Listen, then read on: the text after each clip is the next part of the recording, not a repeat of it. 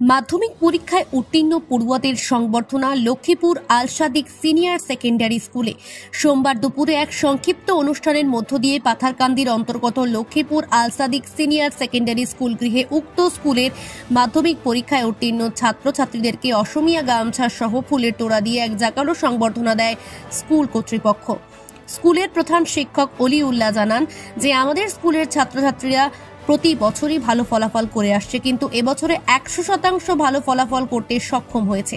তাছাড়া আমাদের স্কুল সরকারি অনুমোদিত রয়েছে, আমাদের এখানে ছাত্রছাত্রীরা সুরক্ষিত রয়েছে। এদিকে স্কুলের ইংরেজি বিভাগের শিক্ষক শাহিন আহমেদ জানান যে ভালো পার্সেন্টেজ নিয়ে পাশ করার পাশাপাশি যাতে ওরা আগাম ভবিষ্যতে গুণগত উচ্চ শিক্ষা লাভ করে সমাজ ও দেশের মধ্যে শান্তি ও সমৃদ্ধির পরিবেশ গড়ে তোলে। শক্তিশালী সমাজ ও দেশ গঠনের জন্য সুসম্পন্ন বিবেকের যথেষ্ট প্রয়োজন।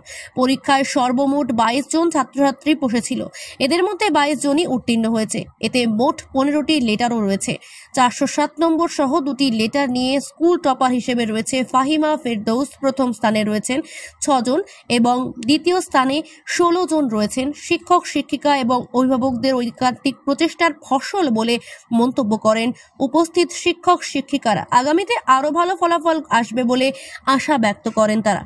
এদিন বিশিষ্টজনদের মধ্যে উপস্থিত ছিলেন মইনুল হক, আব্দুর রাজ্জাক, পরিতোষ চন্দ্র, এনামুল হক সহ আরো অনেকেই।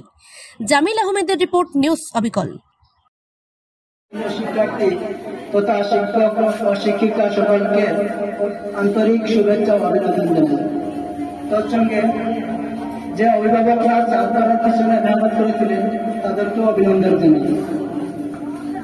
আমরা আজকে জানি 20/4/2024 ইংরেজিতে HSLC ফলাফল ঘোষণা হয়েছিল। আজকে আমরা সেই দিনের সংবর্ধনা দিবস সংবর্ধনা দিনের পালন করতে যাচ্ছি। আমরা জানি আগে আমরা 3টি বছর পার করেছি, 3টি বছরের 3টি রেজাল্ট হয়েছে। এই বছরের যে রেজাল্টটি হয়েছে আমরা ডিটেলসে 3টি বছরের রেজাল্ট একসাথে ঘোষণা করব আর কম্পেয়ার করতে চেষ্টা করবে যে আমাদের রেজাল্টটা ইমপ্রুভমেন্ট হচ্ছে কি না। এই বছরের রেজাল্টটা আমরা দেখতে পাবো।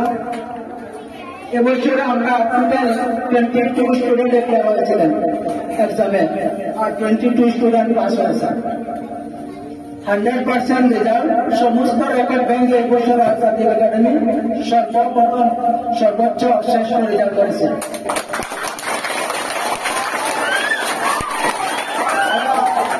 শুধু আল সাদিক একাডেমির মধ্যে নয়, পুরা পাথারকান্দি এরিয়ার মধ্যে আল সাদিক একমাত্র একাডেমি যেটা 100% রেজাল্ট দেখিয়েছে।